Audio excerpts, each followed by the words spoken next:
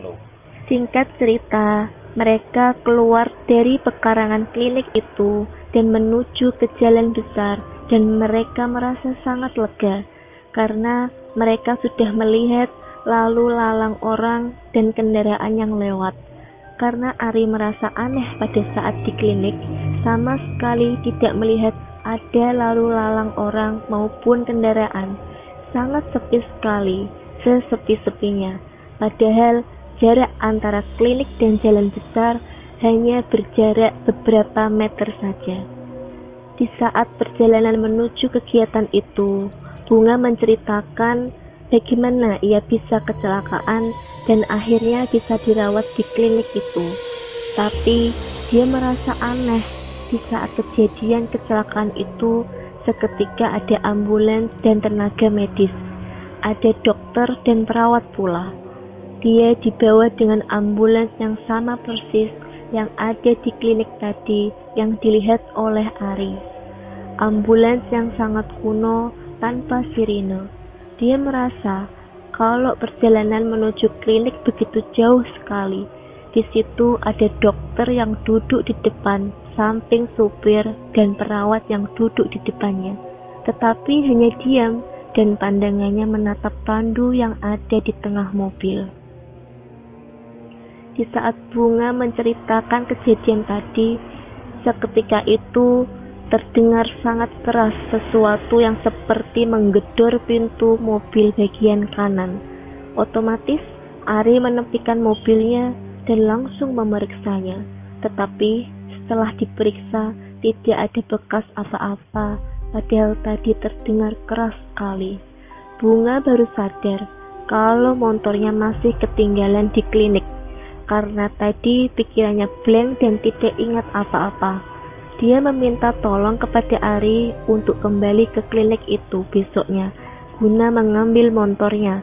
Ari mengiyakan permintaan Bunga walaupun sempat malas karena harus kembali ke klinik menyeramkan itu. Beberapa saat kemudian mereka pun sampai di lokasi kegiatan. Mereka membantu Bunga untuk beristirahat di tempat yang telah disediakan. Karena mungkin ngantuk dan kelelahan, saat itu juga Bunga pun terlelap tidur. Waktu menunjukkan pukul 11 malam. Para senior dikumpulkan untuk rapat membahas jumlah pos dan pembagian posisi untuk acara jurit malam. Saat itu, Ari mendapatkan posisi pos bayangan, yang artinya dia bebas bergerak kemanapun selama masih ada di area sekitar situ. Setelah rapat selesai, mereka para senior langsung menuju ke hutan dan pemakaman untuk memastikan keamanan tempat sesuai dengan pembagian posisi. Mereka memasang tali rafia sebagai tanda penunjuk jalan. Selain itu juga memasang miniatur pocong yang sudah disiapkan sebelumnya.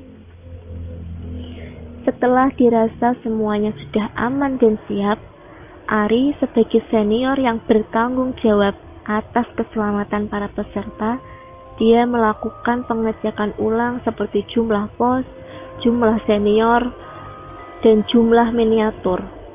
Senior yang lain yang berjaga semuanya berpasangan kecuali Ari.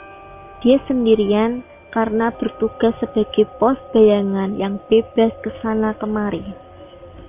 Kemudian setelah dia melakukan pengecekan ulang, ia lapor kepada Kak Roy dengan rincian 5 pos tetap.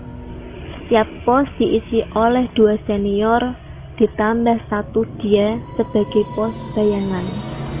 5 miniatur yang 4 dipasang di antara pos dan ada 1 di dekat batu besar. Kak Roy meminta Ari untuk mengecek ulang karena mereka hanya menyiapkan 4 miniatur, bukannya 5. Kemudian dia pun mengecek ulang.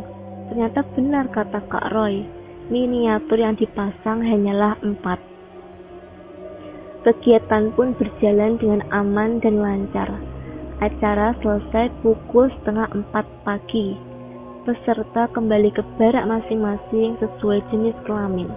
Tapi sebelum kembali ke tempat istirahat, mereka diharuskan berwudu dulu. Namun ada siswi yang bandel, dia tidak berwudu dahulu, tetapi langsung menuju ke ranjang masih dengan memakai baju dan sepatu. Dan setelah para peserta dan senior akan istirahat, tiba-tiba siswi yang bandel tadi berteriak histeris, marah, tertawa, menangis, dan berbicara sesuatu yang mereka tidak mengerti.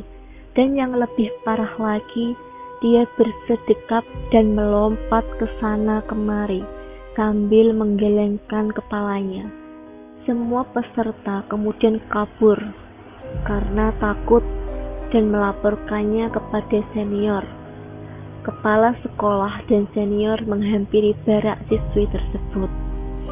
Sampai akhirnya siswi itu tersadar sesaat setelah ada azan subuh berkumandang. Pagi harinya, Ari dan Tio berangkat menuju klinik semalam menggunakan mobil dengan bak terbuka karena ia ingin mengambil motor milik Bunga.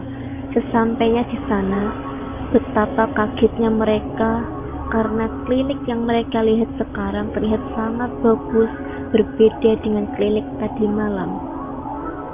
Ambulans yang semalam terlihat kuno, sekarang terlihat menjadi ambulans yang bagus dan bersih. Di sana ada seorang tukang kebun yang sedang memotong rumput. Kemudian Ari bicara kepada tukang kebun itu kalau ingin mengambil motor temannya.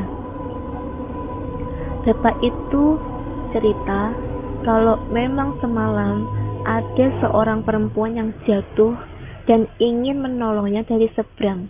Kebetulan bapak tersebut ada di warung pada malam itu. Tapi ketika mau ditolong, perempuan itu sudah tidak ada, hanya tertinggal motor saja. Lantas ia mengamankan motor itu di klinik. Ari dan Tio kemudian bertanya kepada bapak tukang kebun itu, apakah klinik sepi kalau malam hari? Pasalnya semalam mereka ke situ dan sangat sepi sekali. Bapak itu menjawab kalau semalam klinik sangat ramai karena klinik itu memang buka 24 jam. Sontak mereka kaget. Kemudian mereka bertanya lagi perihal dokter dan perawat. Apakah tidak mengantar mereka sampai ke lobi maupun kendaraan saat pasien ingin pulang? Bapak itu menunjukkan kalau biasanya dokter dan perawat itu mengantar sampai ke kendaraan pasien seperti yang dia lihat di depannya sekarang. Ari dan Tio pun bergegas pamit dengan membawa motor milik Bunga dan menuju ke tempat kegiatan. Sesampainya di sana, motor diserahkan ke yang punya dan kegiatan pun dilanjutkan dalam rangkaian acara yang lain. Akan tetapi, Ari masih merasa penasaran dan aneh dengan kejadian-kejadian yang dia alami semalaman.